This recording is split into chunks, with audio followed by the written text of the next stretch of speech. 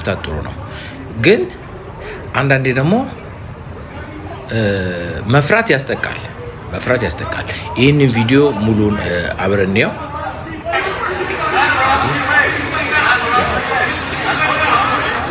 አበሻ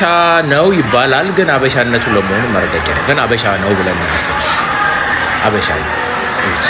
አቋቋም የሚጀግና አቋቋም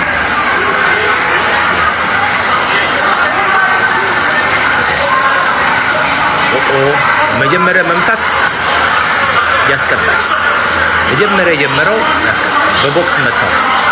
በቦክስ መታው በትክክል አፍንጫው ነው